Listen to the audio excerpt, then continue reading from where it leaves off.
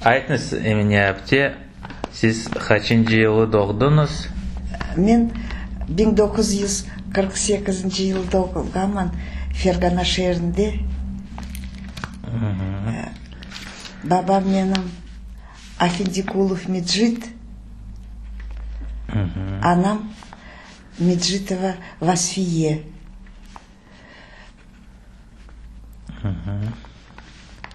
Бабам менің бұл боле меселе үшін депортацияға түштік неттік. Бабам өзінің фамилиясын да бермеді маға.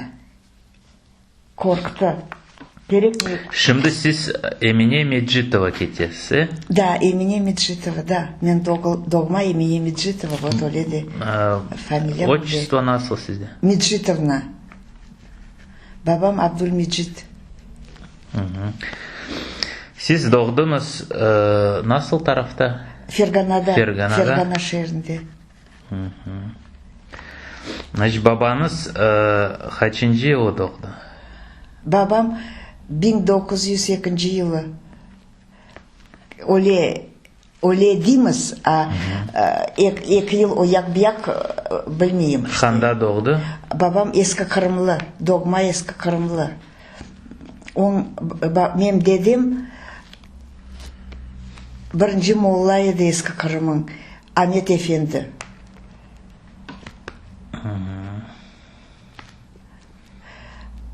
Раскулачивание түштілер олар епсі.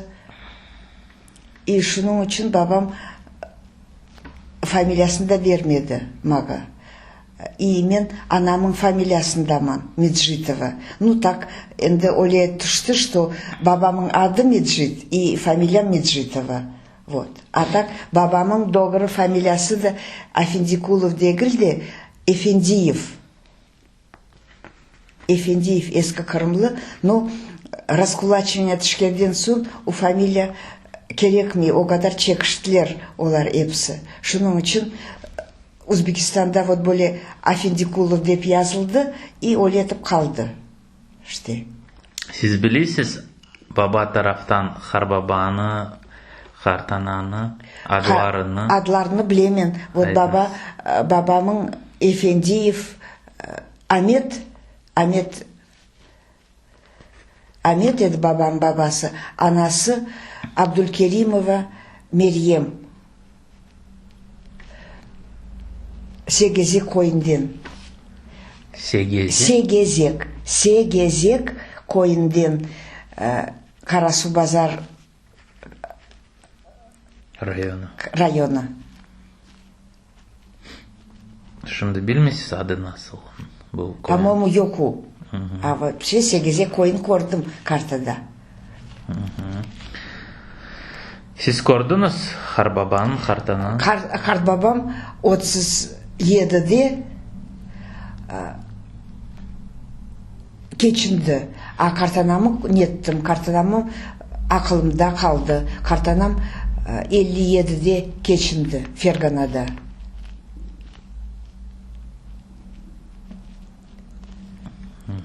Babanız kim çalışırdı? Babam сельхозтехникада, Ферганада сельхозтехникада инженер болып çalışайды.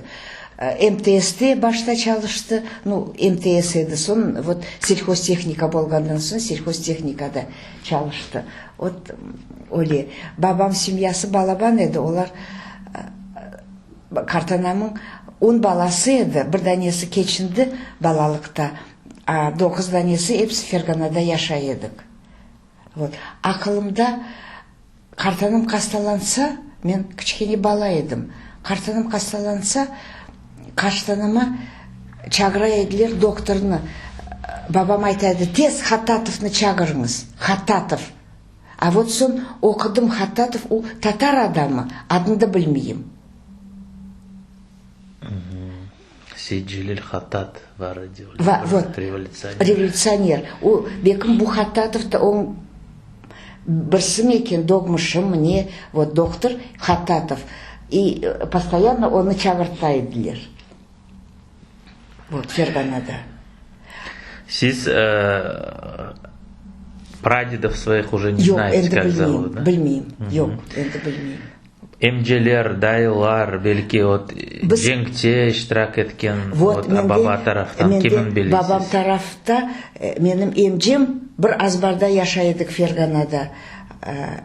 Мустафаев Фетта, Абдульфетта Мустафаев Фетта. У жеңте көп болды. Ну, депортацияға у түшмеген еді. Бір жерде де yok оның несі, что жеңте олғанына. Чүнки у Қырымда, Симферопольде автодорожный техникумны пытырды жеңтен евелсі. У 18-ci yılın баласы, 18-го года рождения. Техникумны пытырды, оны еберділер ішке Чаржоу, Туркменияға. Сон жең башлагандан сон шу Чаржойдан у жеңке тышты. Вот. Нетті жеңкте служить етті. 43-те раненый болып, контуженный, раненый Бакуге госпитальға нетті, түшті. Онда жатқандан сон, госпитальдан сон оны неттілер, комиссовали. Икен кетті Чаржуйға. Онда. Ақылымда бек бар, evde трусикте жүрсе, у біраз барда яшайдық. Аяқлары бір тамам жараланған еді, көрне еді. Қоллары, аяқлары бір тамам жараланған. Это самое, следы от ран. Вот, олейді. Да, билесіз эмжелерін? Олар екідәне қалғанары епсі алаларым еді, епсі қызлар еді. Ну, что интересно, вот Кыргыдорте бірдәне алам, Фердевс алам, яшай еділер 30-да. 30-ға қайға шықты, ақайы жеңкте еді, үш қызы бар еді, 30-да яшай еділер. Сон ақайындан мектуп алып, анасына барып айтайым башқа койге кетті. Айтайым ақайы госпитальда жата деп. Кетті, онда балалар евде қала. 30-да. И шу гечесі депортация бола. У гече жаяу кетіп, өзінің абласында қала, оман нете Уралға түше, Молдовский областьқа. А балалары бір өзлері 30-дан түшелер Самаркандский областы, Катакурганский районға. Ең үлкені 11 yaşında Munivер. Касара фамилиялары Касара еді. Онда түшелер. А депортацияда біреу бір-біріні барып жоқламаға или қыдырып тапмаға чаре жоқ. Сон бабамалар язалар мектуп өзінің қардашына бабам яза Альфеттаға. Альфетта сен қыдырып тап у балаларыны. Олар бір өзлері қайырге түшкенлеріні 30-дан. И Альфетта Чаржоудан кетіп қыдырып таба оларыны. Катакурганский районда бір какой-то колхозда. Енді как неде яшай екенлер олар. Как это самое, подвал деген қобада бір жерде олар. Кішкенесі Себия сойы енді шышып башлаған ачлықтан. Өзлері үш бала. Бұл оларға бірдәне биде алып, бір парша суман береді. Екен. Вот оны ешткенімі. Балалар айталар, Альфетағай бермаға көп ашайық, yok, ярамай болырсыз. Ма суман бір парша бере. Сон екі күн оныға бермегенер у балаларыны. Онда жүріп нетіп, все-таки добился, у балаларыны алып Чаржуйға алып кете. И вот шының үшін балалар сав қалдылар. Сүргінлікте бір кемсе өлді ме сізде? 44, 45? Анамың 45-те анамның анасы, анамның қардашы Адыларын кечірділер. Абдульменнанова Айше, Абдульменнанова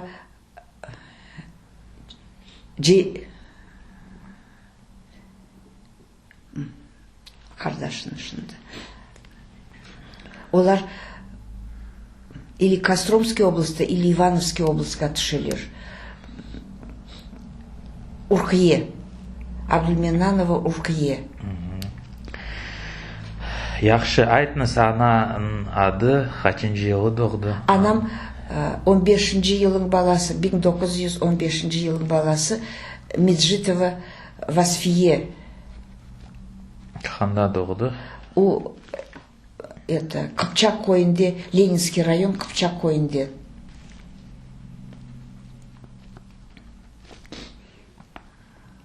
Кем олып çalışırdı? Анам неге кетті? Оларны 29-да, бабасы 21-де атып өлдірділер. Ол раскулачивание болacak деп, перед этим 21-де оны атып өлдірділер. Олардың бек көп қойлары бар екен. Бинге якын қой тұта екен Қыпчақ қойынде. И оға аш не әрбіршін әзірлеп қарт бабам іште. И это колхозға бер дегенде, мен біршіні біряқа бермеймен деген. И шының үшін оны геже келіп атып өлдірділер. Атып өлдірділер. Ады насыл? Абдульменнан.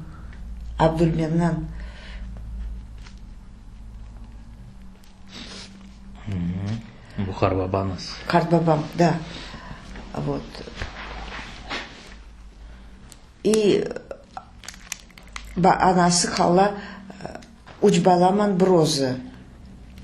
Оларны 29-да кене кулак баласы деп семьясы оларны жіберелер Архангельский областьқа түшелер олар. Анам Урқие қардашы, а Басыр қардашыны қала, неде Керчте доғмышларын несінде іште қала чаресін табылғандыр та, ол етіп қала. Қартанамызың адыңыз? Қартанам ады Айше. Айше, Челебиева Айше, доғма богатая Бақчелінден.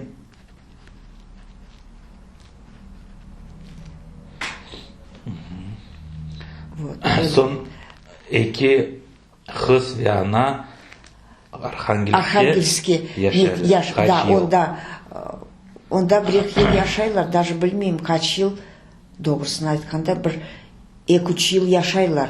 Сон анасы, мен анам үлкен, оны ебере Қырымға. Бұнда біз өлсек өлейік, енді сен сав қал. Басыр Қырымда, қардашы Қырымға кел деп. Шының үшін уақытте анамың доған яшыны язалар 17-ші жылың баласы деп. Уақытте анасы айта 17-ші жыл. Аха. И 14 яшында бала кете билет алалар оға, анасы ала билетіні кете Қырымға, Москвадан. Москваға час бара, рос тілін де білмей, татар жылаф ете, поездын таба алмай Москвадан Қырымға. И жоқ бола, в смысле қала, билеті қала қайда кетмесіне білмей. Ағылап отыра едім де анам. Ағылап отыра едім, бірдәне Казан татары грузчигі яныма келді де. Не еғылайсың, балам? Бір шаштым де, мен мен аңнағаныма оны, и айттым оға, боле билетім де жоқ болды, қайда кетмесіне білмеймен деп айттым де.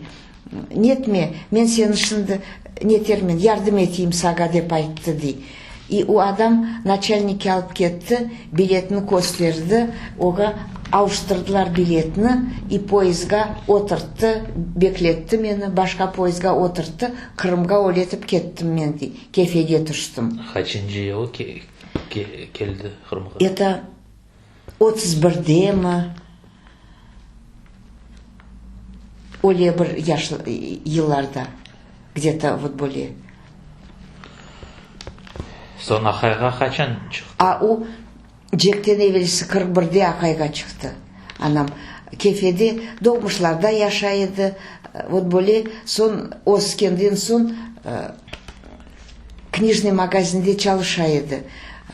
Кефеде, книжный магазинде, улица Итальянская, Балабан, это китап магазины бар екен онда. Онда көп отделлер, нотный отдел анам айтайды, все вот, и вот онда çalışайды.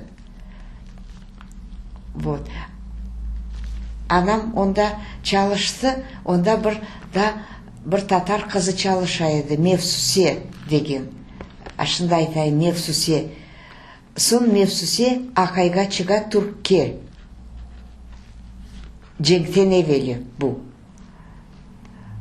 И Түркиеге көче кете, Ақай оны алып кете Түркиеге.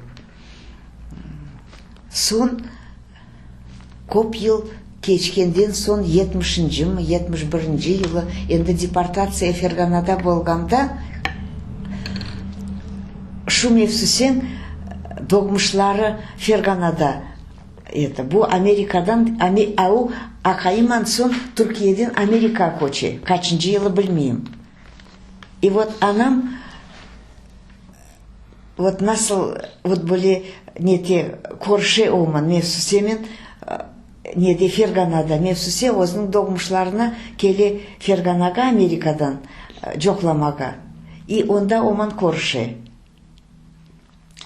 Айтыңыз, сіздің Хорантада қач бала бар еді? Менде бір өзімен мен. Башқа бала жоқ. Анам вот более башқа бала да тапмады. Шының үшін мен бір өзімен. А қач вот женкилары насыл не олды Қырымда айтыңыз? Анаңыз не айтады? Қырымда анам олар... Бабаңыз сізнен яшарды? Бабам... Яда айры? Жоқ, бабам бізмен яшады. Армия кетті, о да сон 43-те раненый болып, Краснодарда госпитальде жатқан. Даже кияты де бар. И оны сон комиссовали, и ондан сон Қырымға келе.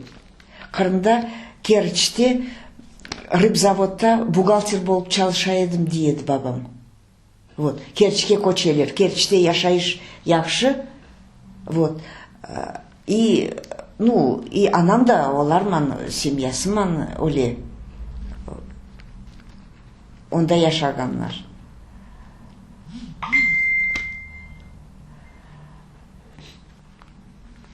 Сон нет Керчь тарафта анам айтайды, бек балыбан женг болайды. То лемселер ала, то рослар десант түшірелер, десант нете келе лемселерін кува. Вот более это бек көп оле жатайды дей. Біз білмейді, қайсы қойды, қайырды жата жағымызны. Енді бомбалап башлай, қайда қайсы тешікке кірмесіне білмейдік дей. Вот более қиынлықлар чектілер олар. Женг вақтынде. Сон бұл сүргінлік насыл oldu? Сүргінікке анам Молла елі койынден чыгалар олар.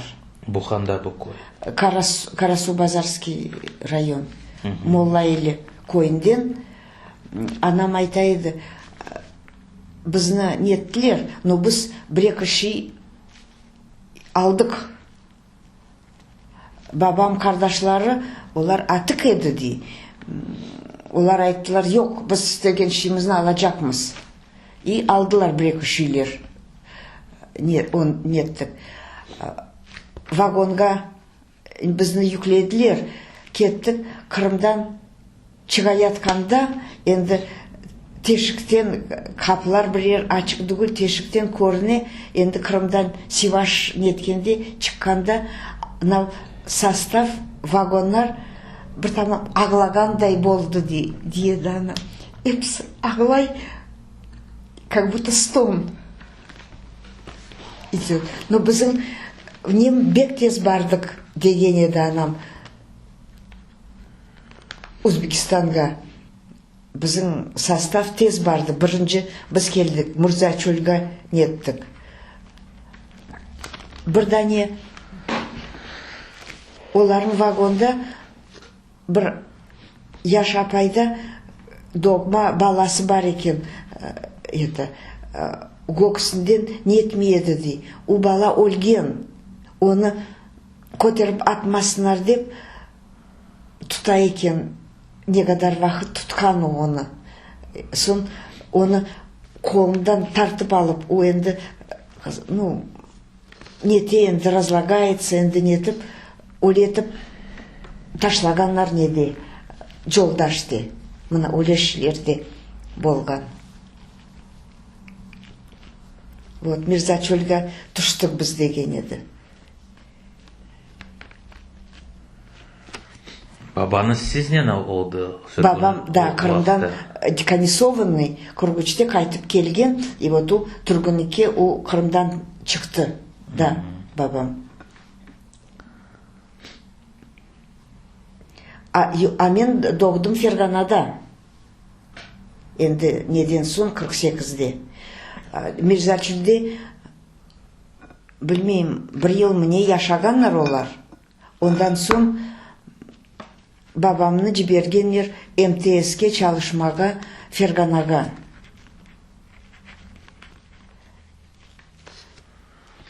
И Ферғанада сон епсі топлашқанар Ферғанаға шты. Вот, Эмжем де келді Ферғанаға Чаржуйдан. И вот бөлетіп Ферғанада яшайдық. Сіздердің сайтма бұл ана тарафтан сізде бар еді дайылар кем жеңте? Бабам, да, бабам, анамың несі қардашы 17-го года рождения. Адыныз? Басыр, Абдуменанов Басыр. У армияға неттілер, оны чағырдылар. Кетті. Северный Кавказда бір ерде неткен болған. Ояқларда женг вақтінде. Сон түше у неге окружениеға түше, пленге түше. Басыр. Пленден қача келе Крымға. Анасынан нышлемек керек, мына пленге түшкен. Напмақ керек. Нышлеме білмегенден ниетмеге у башларында тез түше у пленге у вақытте. Сон анам таба Керчте, Керчің янда яша екендер. Онда таба пропуск, переправадан только пропускман жібере екендер. Онда пропускасыз переправаман о Кавказ тарафына бармасының нетмесінің чаресі yok екен. Анам тапа пропуск. И тез қардашына бере, Басыр, давай, кет бұл пропускаман, напсан яп. Мында аньякта лемселер келелер, енді рослар кете Крымдан. У кете, пропускаман кете. Кене женке түше, женкте нете бола, и кене окружениеға түше. Шу неде. Окружениеға түше, кене пленге түше, лемселерге ояқта. Сон кене қача Крымға. Қача Крымға, келе Крымға, Керчь тарафта кене росла, енді бұл 43-тедір, өледір. Рослар руслар еді Керчь тарafında, анам айта. Сон напмак керек, енді бара айта боле-боле пленге түштім деп, и қачтым деп. Совет армиясында онда оле закон еді, последняя пуля оставить себе, өзіңі нетмек керек. А бұл это самое, раз оле нетілмеді, значит оны трибуналға алып кетежек болдылар еді, трибуналға нетелер. Сон кете атканда бұл, ну в туалет, можно в туалет бірерге это самое, ну жіберелер бұны шу ерде туалетке, шу моментте кеткенде онда лемселер бомбить етіп башлағаннар, онда кім сав қалған, кім өлген, бір чаресі білмей, и қачқан шундан. Бір қачу қачады, қачқан кене келген, напмак керек. И онда Керчь тарафта көп құйыдай шилер, құйыдай нелер, это самое, онда сақлана. Қач айлармын онда жатқану. Анам біреу білмесін деп, чағарлар деп, гежелермен оға аш алып кетеді, онда қач айлармын жатқан. И сон мечбур болды лемселерге плен тұшып, лемселер оны пленге алып, Германияға лагерге ебергеннер. Онда да евленген. Вот, олей. Анда тапты бір қызын қуыш қойын. Онда да қуыш қойынден, сон енді Россиян, Совет үкіметін адамларыны енді башладылар ебермеге, епсіні обратно нетмеге. Сон бұл қызда енді кетежек ме, кетмежек ме, у облаваман түшкен онда Германияда çalışқан фабрикада. Сон у евленді Эмине Мұрадасылова. Эмине Мұрадасылова, вот у сон евленелер олар лагерде. Онда. О өзіне анда айтыр де о турк. У сон, чтобы нет мемеге, енді Россиян, Совет үкіметін қалқыны епсіні обратно қыдырып нетіп, епсіні Совет үкіметіне еберейділер. Біз сон қайт нетмейік деп, бұлар нетелер, как его, біз түркміз деп айтқанлар. Тіл келіше нете түркміз дегенлер. Документ бомбежкаға түштік, документіміз yok, но біз түрк адамымыз, Түркиеге бізге, біз түркміз деп неткенде, сон онда Совет үкіметін офицерлері де жүре екен, чтобы тапмаға, Совет үкіметін қалқы, значит, қайтмақ керек на родину. Ну, бірдәне офицер келген, бұларын таныған, бұқач адам болып, бұларын таныған Совет үкіметін адамы олғаныны. Видимо, оларны ажығандырта, орлы, пропадете вы деп, ну ладно, черт с вами деп, чықты кетті дей. А біз онда мені лагерде почтальон етіп қойдылар дей. Почтаны беремен, почта келедір та онда. Почтаны беремен кімге қайырден еткені. Қырым мектуп Қырымдан болса, мен оны сақлайман. Ақшам сон, татарлар жиылышқандан сон оқимыз дейеді. Оқимыз. Бірдәне мектуп ачтық, бір апай яза. Дорогой мой, пожалуйста, скорее приезжай. Я очень тебя жду. Соскучилась. У нас здесь очень хорошо. Уже мне дом есть у меня, корова есть у меня все есть здесь. И постель есть, все дали. Здесь татар нет уже, деп. Татар уже нет здесь. В Крыму. А біз оқимыз дей. И өз-өзімізге айтамыз дей. Как татар нет? Қайда бұл татарлар? Біз білмейміз де, татарларны депортацияға епсін жіберген ері, сон kaç жылдан сон білдік оны дей. Мына оле. Сон о Түрше Түркиеге. Түрше Түркиеге. Eskişehir'de yaşay. Onda какой-то авиационный мне заводта çalışa. Баллары бола, 5 баласы епсі Түркиеде doğған. Сон олар başladılar Türkler, Татарлар Америка көчмеге. Бізді кене бір şey етер деп кеттік Америкаға. 63'te Amerika emigrirovat ettiler. Оларға yardım etken Толстойдың қызы onda oyaka düşmege. Onda onda da çekiştik biz dey. No, onda endi onda yerleşkenler işte. Қандай yaşar diyor? New York'ta. Mına balları onda. Hepsi onda. 5 balası hepsi onda. Son siz Fergana'da kaç yıl yaşadınız? Men mektepni bitirdim Fergana'da.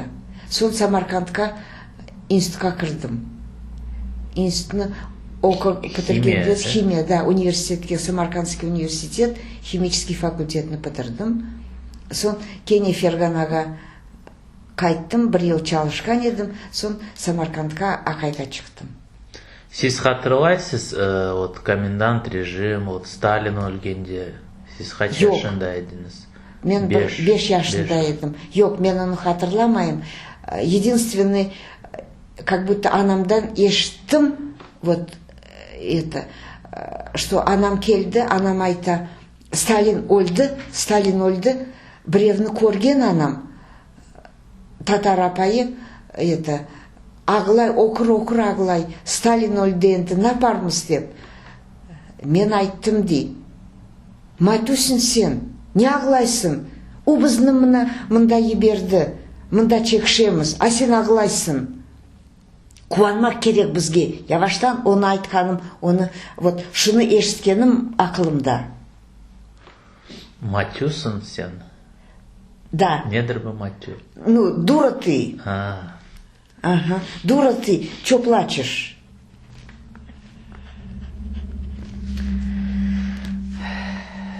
Bir kere депортация болғанда ақылымда анам ағлап келді.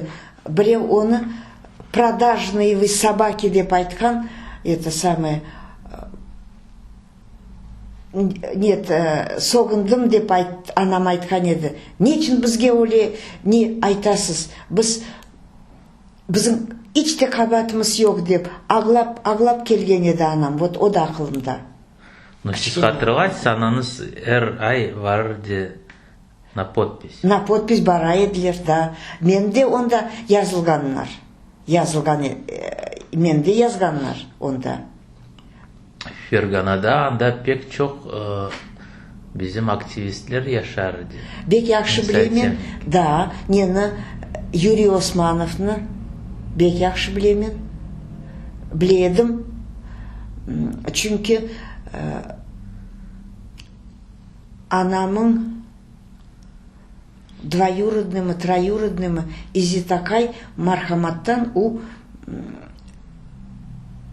серебряный медальға бітірген еді мектепні мархаматта. Келді Ферганаға пединститутқа кірген еді. И онда таныш болды Тамила у Бекир Османовичтің қызы.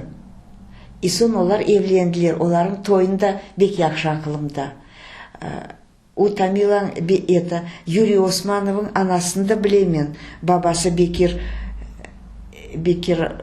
Османович и анасы Мария Владимировна. Он да бек якшы білемен. Бізге келейлер, коншайды. Бабаныз, анаңыз қошылыр де милли әрекетке, яда жоқ? Көп қошылмай еді. Бабам анау раскулачение вақтынден соң бек көп чекішкенде и бек қорқа еді. И евде неткенде бек яхшы акылымда, евде топлашканда неткенде лафлар көп еді, и түркілейділер. Фатима аблам түркілейді. Это шу изетакайын тизесі. Енді де бізге қырым қайда, тіште көрсек, ода файда. Яш юрегім отқа янды яр. Вот ақылымда қалды. Бұл комендант режим йоқылған сон, мүлкуныде вармаған етмеге, да. Сіз таптыңыз өзі сойларын? Ну да, епсі бабаңның нелері, епсі онда көчтілер, Ферғанаға көчтілер, епсі онда едік. Сон догмышларға бара едік, вот мархаматта, вот шу изетакай евленген еді, вот это, алды Тамиланы. О, шымды Москвада? У Москвада, да. Он фамилиясы Гущинская, у анасының фамилиясын алды. А изетакайын догмыш анасы Қырымда лемселердің вақтынде екі баласы бар еді, Сулейман и Изет. Акайы инвалид еді оң, женгте дүгіледі. У партизанарға ярдым етеді, как связная болып. А сон лемселер оң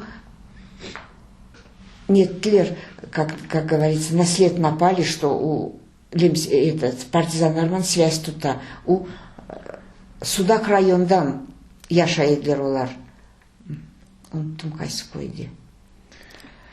И у лемселерге түшмейім деп, өз-өзіні отравить етті и өлді. Вот изетакайың анасы. Шапикабай. А фамилиясы насыл? Байрамова.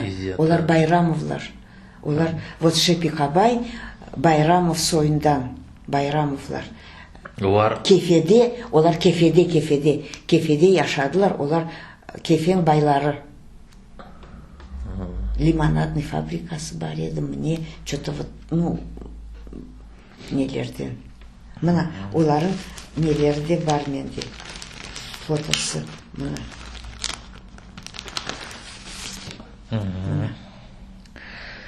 Сон бақармыз. Сіз айтыңыз, бұл студент вақтылары сіз кемнен таныш едіңіз? Студент вақтылары? Байрамлар кечерердіңіз, бір-бірінен таныш олған сөйлешілер бар еді? Ну, татарлармен көп конушмай едік, но бізде татарлар бар еді группада, олармен конуша едік и все. Но бек яқшы ақылымда, мен институтқа кіргенде 67-де сентябрьдің бірінші күннері бізді епсі татарларны жиып актовый залға алып кеттілер, айтқан еділер, а вы идите туда. Неге бармаға, неге аңнамадық, а сон аңнадық, что уақытте бір указ шықты о реабилитации 67-де, и оны неткен еділер, шуны зачитали, в общем, бізге аңнатып, нетіп, уақытте, по-моему, Кадыев выступать етеді. Потом бір татар ожасы Самаркандский университеттің бір көзі yok еді оң. У көп шилер айтқан еді, шу жылы шу олғанда. Татар меселесі, шу татар депортация меселесі үшін. Сіз Самаркандта, Самаркандта оқыдым, да. Анда да бар де Ролан Кадыев. Во, Кадыев выступать етті, вот Кадыев фамилиясы ақылымда, вот уақытте 67-де. Потом бір не такой полноватый и бір көзі, соқыр бір көзі, қара несі бар еді, повязкасы. Білім фамилиясын. Сон сіз университетін бітірген сон қанда түштіңіз? Мен Ферғанаға неттім, қайттым, Ферғанада яшадым, сон бір жылдан сон мен Ақайға шықтым, Самаркандқа көчтік. Сон бір жылдан сон Нальчикке көчтік. Ақайыңыздың фамилиясы? Репиков Рустам. О, Крым татарым? Крым татары, да. Каканттан. Онда оны после, неден сон, айтайым, ну, после училища жіберділер Самаркандта, онда яшайды. О, Крымдан қандан? Молбай койынден. Молбай? Молбай койынден.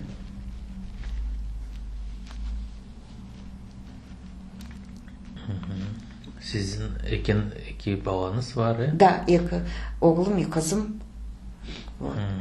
Но o çok yaşamadı. Çok yaşamadı o. А не oldu? Қазаланды. Hastalandı. Geçindi. Son siz nasıl düştünüz Nalçik'e?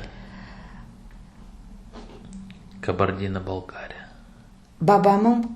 Babamın kardeşi Merjani abay o yaşaydı Nalçik'te. Olar 65'te mi nede көчecek edilir Fergana'dan nege Kırım'a. Maşinaları var edi. A Merjan abayın akayı Kapari Mustafa o Cenk'in birinci günden sonki gününe çes o tap Австриядан қайтып келді Cenk'ten son Өзбекстанға келді. O айтайды meni illi yazarlar Kırım'a.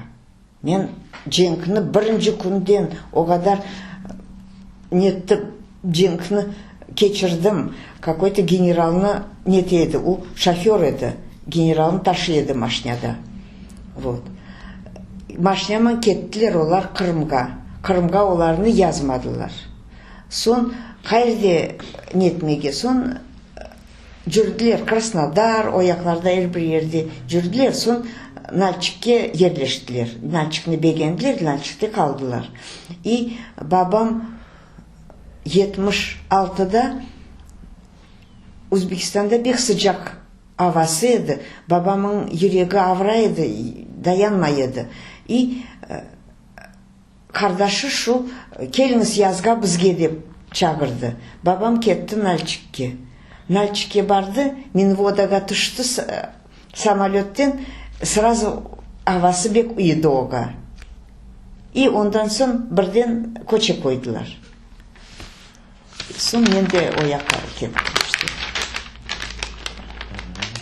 Kaç yıl onda yaşadınız? 20 yıl onda yaşadık biz. Onda da mına bizge de tiydi şu şey. Babam yarım ev aldı.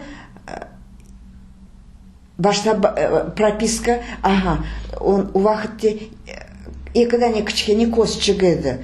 Babam yer var edi, şu kuracak edi ta eki koz, şu yerde. Разрешение vermiler, çünkü anam babam iki adam yaşay. Son oga ayttılar, balan var mı? Birini прописка et, son sağa разрешение veririz. Babam beni прописка etti onda. 77'de, наверное. Прописка etti и oga разрешение verdiler. Kurdu iki kozunu babam. Вот. А мен Самаркандта yaşayman.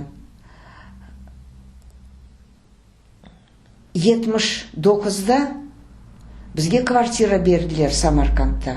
Maga керек болды, onda прописка болмага. Мен Nalçik'ten выписываться етемен, Самаркандта yazılaman. Son yanvarda 80. yılı babam keçindi. Son Nalçik'e koçecek netiyik dep oylandık, a endi meni yazmaylar. Прописывать etmiler Nalçik'te. Tanışımız var edi Kazan Tatarların, onda onların Kiyevi начальник паспортного стола кабардинец edi. Жемухов Muayet, вот aklımda kaldı. Oga nеттік, oga da bardık. Niçin meni yazmıyorlar? Men вот прописаны edim bu evde. Bu evde anam bir ozu kaldı. Meni это самое. O aytты, вахте такой секретный указ барекен, что дорт милетна Кавказ, шу Северный Кавказда бір жерде язмайлар. Крым татарлар, лемсе, турки месхетинцы и корейцы. Оларны язмайлар. Башка милетны язары, бу дорт милетны язмайлар. Вот такие препоны Нисе в 80-м году язылды конда. Кимнен анда лафеттерден кимнен белесіз. Bizim халқанда çok хати. Начте вот мен екі догмыш ағам Капари Дилявер. Вот теземің оғылы. Bizim yanımızda yaşaydı. Олар Капари ханда догма. Олар. Керчь. Керчь. Лақабы Капари. Вот siz айтырдыңыз Аджиевлері. Аджиевлерде yaşaydılar onda. Оларман Энвер ага Аджиев, сон Мухтеремовый, это самое, Мухтеремовлер, Мустафа оң анасы для рапте, олар эртек еттілер Қырымға. Сон Сетияя Билялов. Сетияя Билялов көчіп келді, сон Нальчикте yaşaydı. Сон доктор Ситаблаев, по-моему, это Селями. Ситаблаев, по-моему, Селями, он кардашы Ситвелі.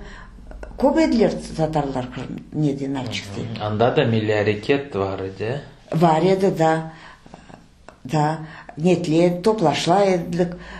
Ну, татар меселесіні нете едік, іште, оле. Сон яваш-яваш епсі татарлар көчіп кеттілер.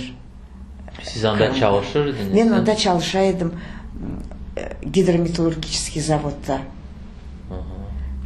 Но siz білесіз, вот Кабардин теле, Балкар теле. Балкарцы, да, мен енді башта нетмейдім, это, Магаевсы бір еді, сон нетіп башлады Балкарларын біздің тілге бек ұшай. Кабардинерің тіллері башқа түрлі еді. Но епсі біз оларма бек яқшы конша едік. Коңшыларымыз в основном кабардинер еді. Бізге коңшыларымыз айта еді анама: ну что вы хотите уезжать? Что вам здесь не живется? Вас никто не трогает. Здесь же нормально живете. Шым яқшы еді. Анам айта еді: вот вы на своей земле живете. Вы общаетесь, праздники ваши могилы здесь, вы со всеми общаетесь, вы со своими на своем языке разговариваете, мы тоже так хотим. А балкарцы же вернулись Балкарцы рано? Вернулись рано, да. Олар 56-да қайтып келділер, өзлерінің еріне. Вот. Бізді бек ақшаңына еділер олар, что біз олардай депортированный халқымыз деп. Но вы не боялись, вот их характер такой буйный? Нет, такой, очень так мы мирно общались. Даже более того, скажу, я 1 год уже работала на заводе, меня взяли лаборантом. Хотя я до этого инженером работала, все это самое, у меня уже больше 10 лет стажа было. Меня лаборантом взяли. И первый отпуск мне надо было в детский садик справку о зарплате. Ну, справку мне выписали, и главный бухгалтер должен был подписать. А главный бухгалтер у нас был балкарец, Магомед Мазаныч. Я зашла ему на подпись. Он посмотрел, он говорит: кызым, ты кто? А что вам? А я с такой злостью даже сказала: а что, вам не все равно, что ли? Я крымская татарка. Ой, кызым, он мне сказал: кызым, ты крымская татарка, какая у тебя маленькая зарплата. Не сердись на меня, я хочу тебе помочь. Вы такие же, как мы. Мы вот вернулись, а вы везде вот так вот. И я аж даже, ну так, для меня это было неожиданно. И он мне действительно помог. Он мне, как сумел, мне высший разряд дали. Потом меня инженером перевели. Вот. И там с кабардинцами я очень хорошо работала.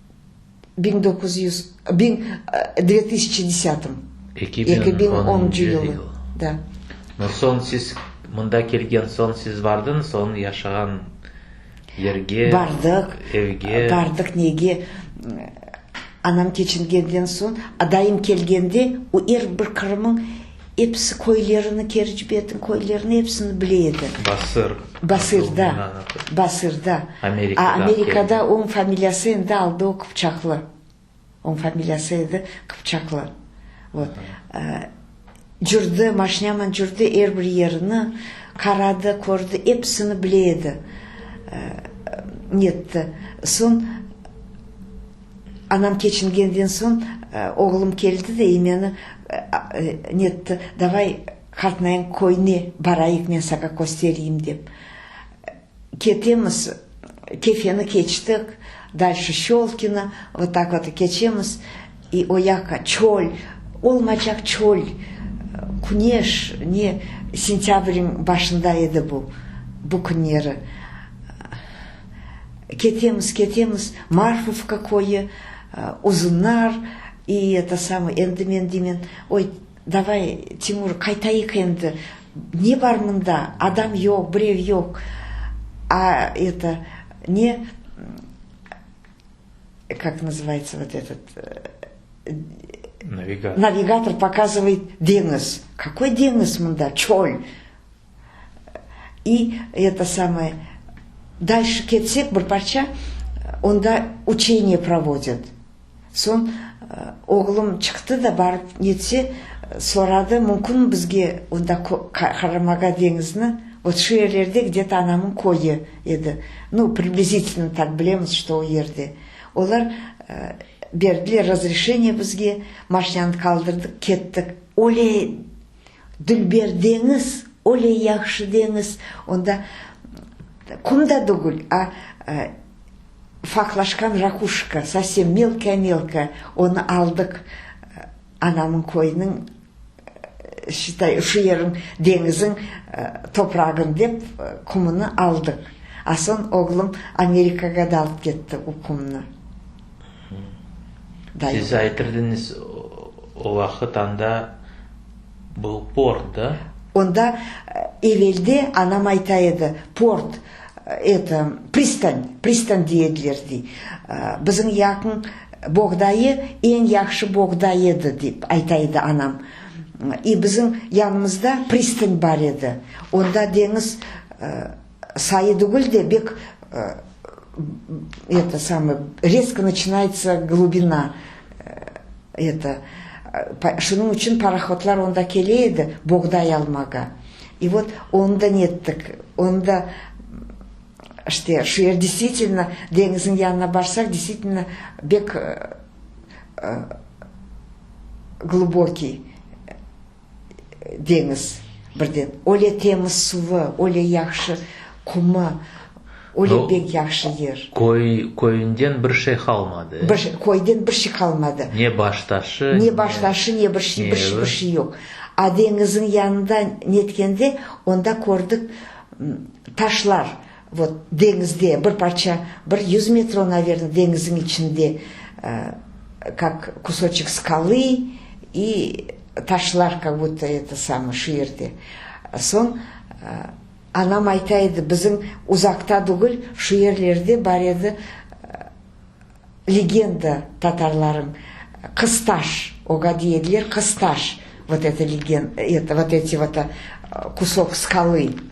Қысташ. Такая легенда, что бұл қыз анасыз қалады, бабасы оны қарай, остыре, енді ақайға бережек вақытында оға приданный ербішін азырли, неғадар кой бере, несіне, шу қызына. Қызы қарайды, енді ақайға чекпа яқтқанда, айта, вот, баба, а сыбырткың долабы yok-та? Ненің? Сыбырткың, ну как, чехол, долабы yok-та? Нечін оны маға етмедің деп. Бабасының бек жаны авыра, и айта, вай қызым, о kadar az дүгілсін ма, о kadar сен остырдым де, олешілер айтасын ма, таш бол, мен созым, мен мага оле шилер айтқандан сон. И Алла оны таш ете.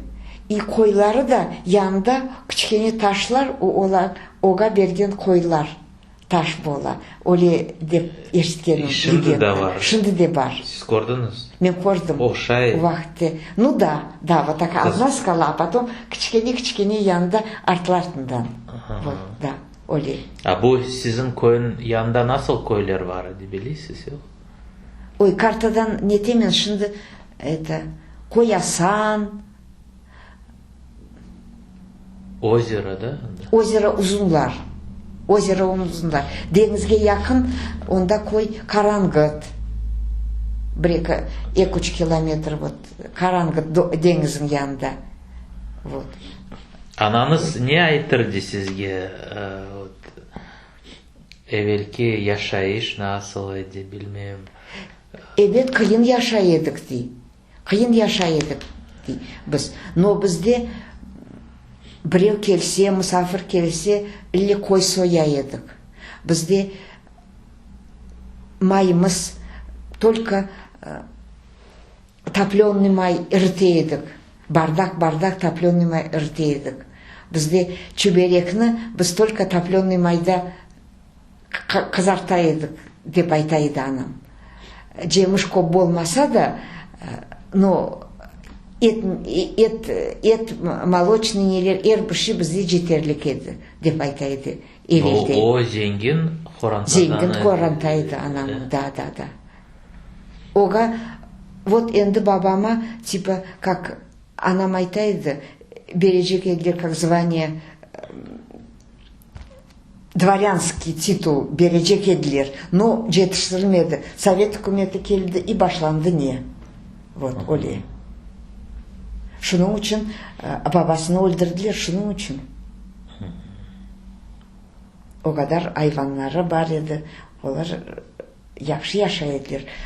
И нанимали, ну, чтобы қойларыны қарамаған етмеге.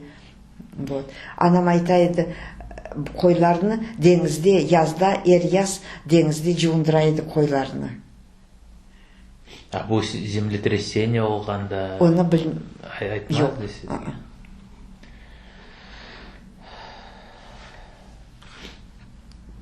Сон айтыңыз, анаңыз 95 yaşında geçindi. O çok bilirdi. Bek kopşu bileydi. O şunun için anam aytkan şeylerini mına men aytamam. Siz bir şeyler yazdınız mı? Bir şey yazmadım. Nasıl aşılar yapardı bilmem o sizge. Ну, aşılarını men de şimdi yapamam hepsini. Köbeti, sarburma, kaşı kaşı, tatar aşı, hepsi tatar aşılarını hepsini niyetemiz. Даже Москваға барсам, оғлым дей, ой, все равно, анам япа көбете, яса көбете. И вот яңы елға сефері көбете ясаймыз. Онда это капканы қоямыз, сақлаймыз, кімге түшер деп. Соны сізде дан бар, не, жантық бар сізде? Янтық, да, янтықлар пішіредік, и пішінді де пішіреміз. Олар как караимские пирожки, yok, янтықлар, ну, вот такие. Вот такие? Вот такие, да. Олар янтық еді.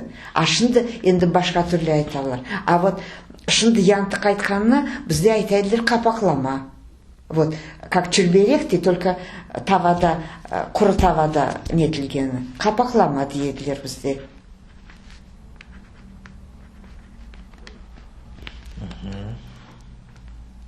Да, не анаңыз япарды сізге? Шекершілер оле? Қиық, вот шекер қиық, пақлава анам башқа түрлі япайды. Вот шынды пақлава içinden шығарылып нетіле пақлава, қавырла, анамынқы тяран башқа түрлі. Ну, оны айта алмай, мен етмей білеймін, етемен оны. Но шынды оле япмайлар. Башқа түрлі қамырны нетіп. Вот. Оле, пақлалы лақша, ну, епсі татар ашыларын іште. Долма, сарма, епсіні.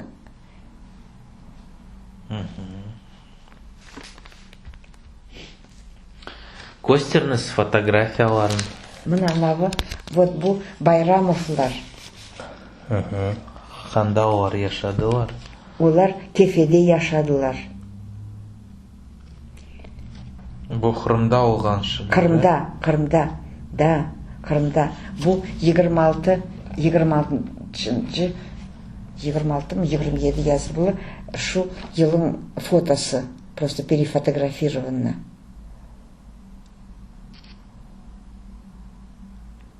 Кімін көресіз фото білесіз? Бұны, да.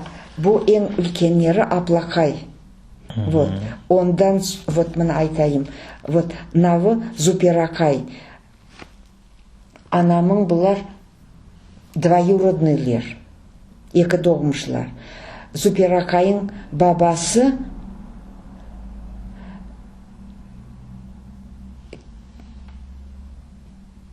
кете 26-да енді башлайлар Қырымда айтмаға, что раскулачивание болacak. Не, он бабасы кете Москваға көчелер. Көчелер. Москвада яшайлар. Зуперакайың оғлы Байрамов Энвер. Это менди адамлар біле оларыны. Москвада журналист болып нетеді о. Журналист еді. Өзбекстанға көп келеді. Дейін байрағына яза еді бек көпшілер. Байрамов Энвер. Вот Зуперакайың оғлы Байрамов Энвер. Бұлар епсі doğmuşlar. Мына навлар. Навы, вот это бұл Шепикабай, вот айттым да Изетакайың анасы женг вақтынде лемселер оны партизандармен связь тұтайды, связистка едіп, и өз-өзіне отравить етті уксус ішкен. Өлді, екі оғылы қалды оң. Сон оң ақайы Смайляға евлене мына оң қардашыны ала. Фатмабла Ялтинский медучилище бітіре. Ол акушерка еді, мархаматта. Оңда екі баласы бар еді. Ақайы оны ташлады. Ескендер, Алие и Ескендер. И Смайлаған екі оғлы, бұң екі баласы. Вот оле етіп мархаматта яшайырлер. Вот. Сон навы аблалары, бұл кішкенелер бұлар. Бұл абласы Сыдихабай. Фергана, олар түштілер, олар ескі Қырымда яшайырлер. Ескі Қырымдан түштілер Молотовский облысқа депортация вақтынде. Сон ондан көчтілер Ферганаға келділер. Вот. Нең, вот, Аблақайың апайы навы, мына уч баласы, олар анам айтайды бек зеңгіл қақлардан кефеде. Бұларын білмейсіз. Бұлар, вот, Сыдихабайың ақайы навы, вот, Зубидабайың ақайы, мына, бұл оң балалары, мына, нау күчкене балалар. Бұл қачын жей олар? Бұл 26-27.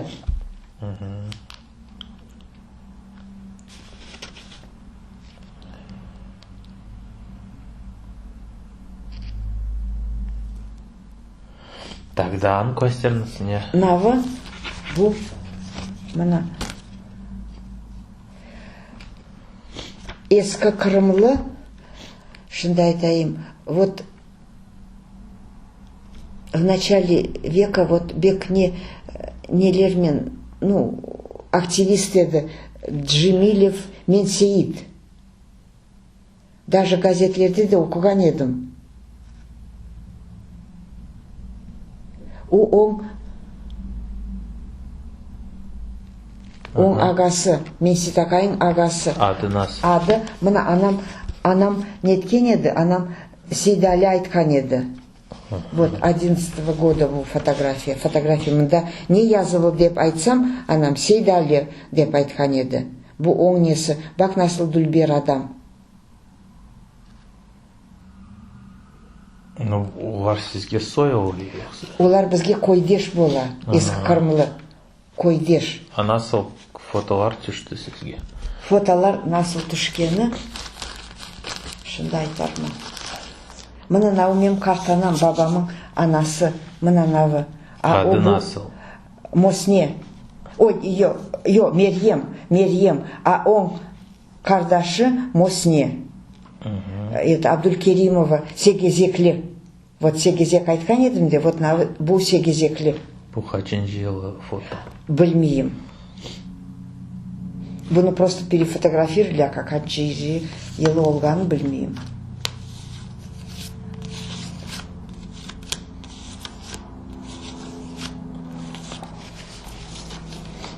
Мына навы білмейм бұны кім.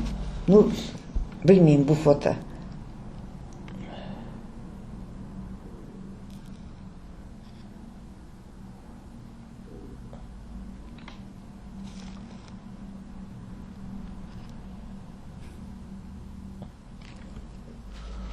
Мына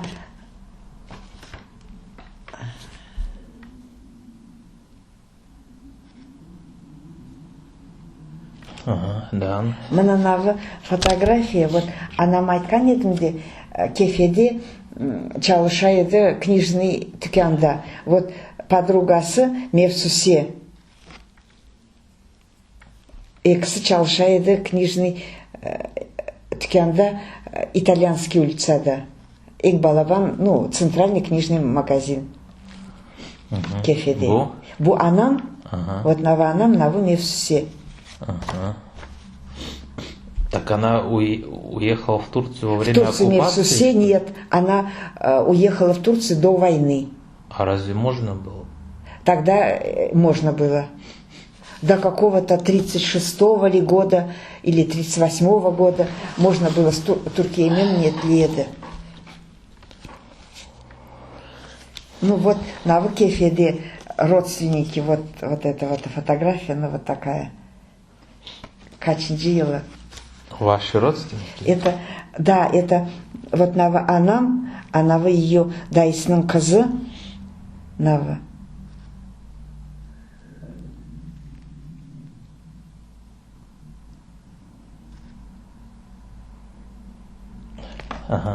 Нава, она, вот буга анам дай бабасындан doğmuş, а буга анасындан doğmuş. Вот, и шында біз конышамыз оң балаларымын.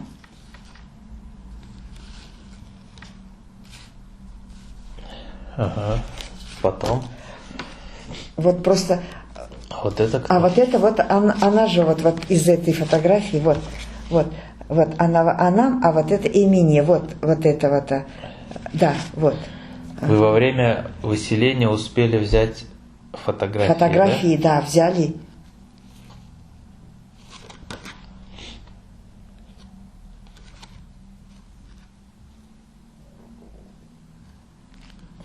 А вот это просто фотография.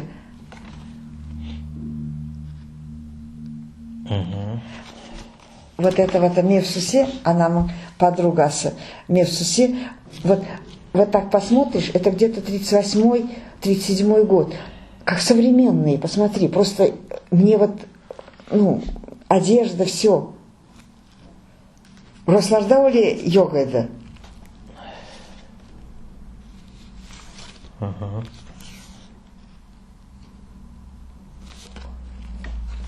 А вот это просто открытка, немецкая открытка от немец, который воевал в Крыму, вот открытка. Вот, а здесь смысл того, что дочки молятся, чтобы отцы приехали живы-здоровы. Первая мировая война? Нет, это вторая. Нет. Вон, видите, одеяние какое? Одеяние первое. А вот здесь... Да. А, это может быть, вот это и стой. А вот это посмотри, 41-й А как попала год. к вам эта открытка? Ну, во время войны же немцы были. А, то есть Это мама в их доме, была, да? где папа жил, в их доме жил какой-то офицер немецкий, баба Майтаеда. Ну, мама там жила, вот его, вот.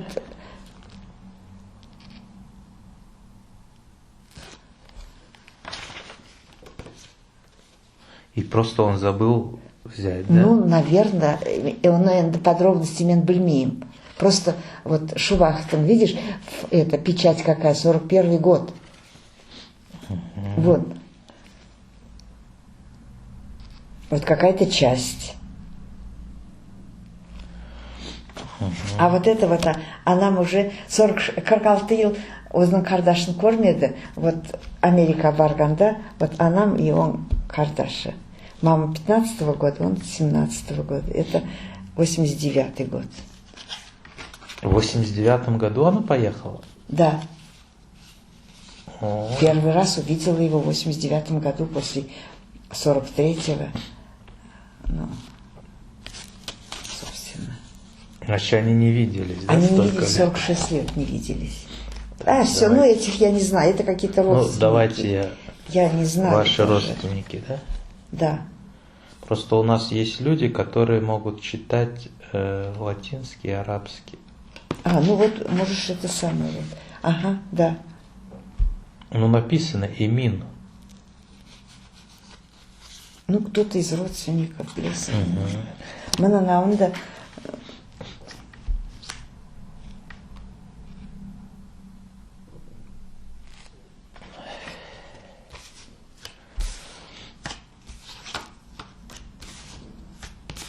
Ну, здесь все понятно. Кефе Шеринде. Кефе Шеринде, да.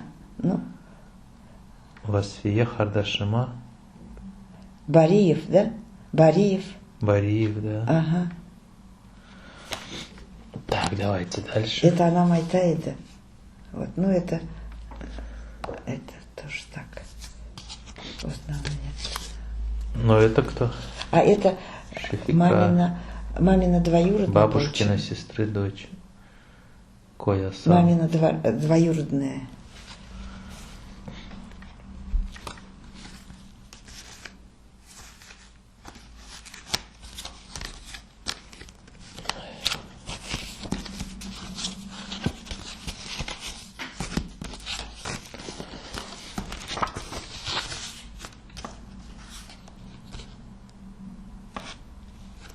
Так, дальше. А вот эта вот фотография, вот это в Турции, какой год? 57-й год. Вот в Турции вот это мамин брат, они все взяли фамилию Копчакла.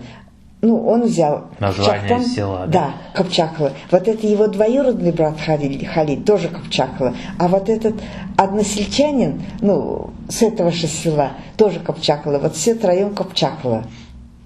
Жены и дети, да?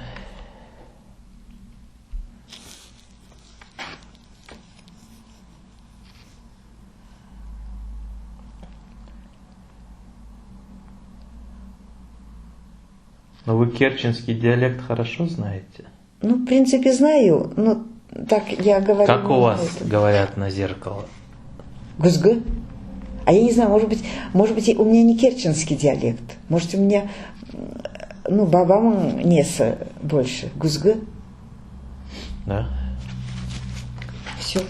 А вот это, ну, это что-то... Тоже Бариев. Тоже. Бариев? Угу. А вот это и есть один, наверное. Это мамин Икдогмш.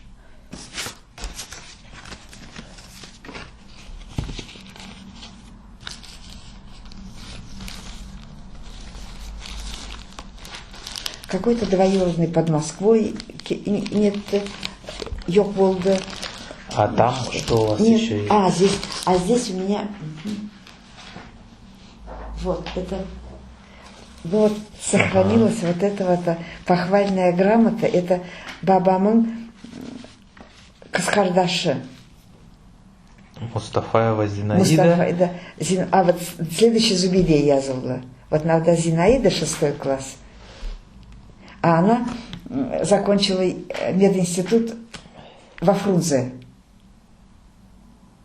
Уже ну, депортация, когда уже это самое.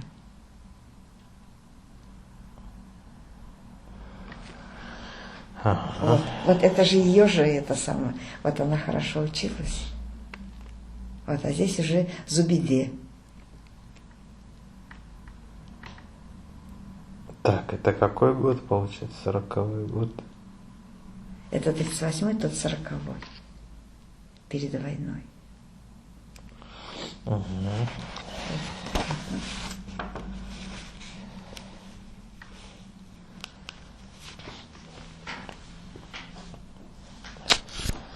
Значит, вы сейчас уже в Крыму живете, радуетесь. Да, конечно. У вас конечно. 4 внуков, да? Да, ага. Да. Ну, в Розмен, işte, öyle. Allah kısmet etsin, bunda gelsin. Хотя бы oğlum. Кысмет olsa. Да. Сау нас вам за интервью. Очень было приятно пообщаться. Сау.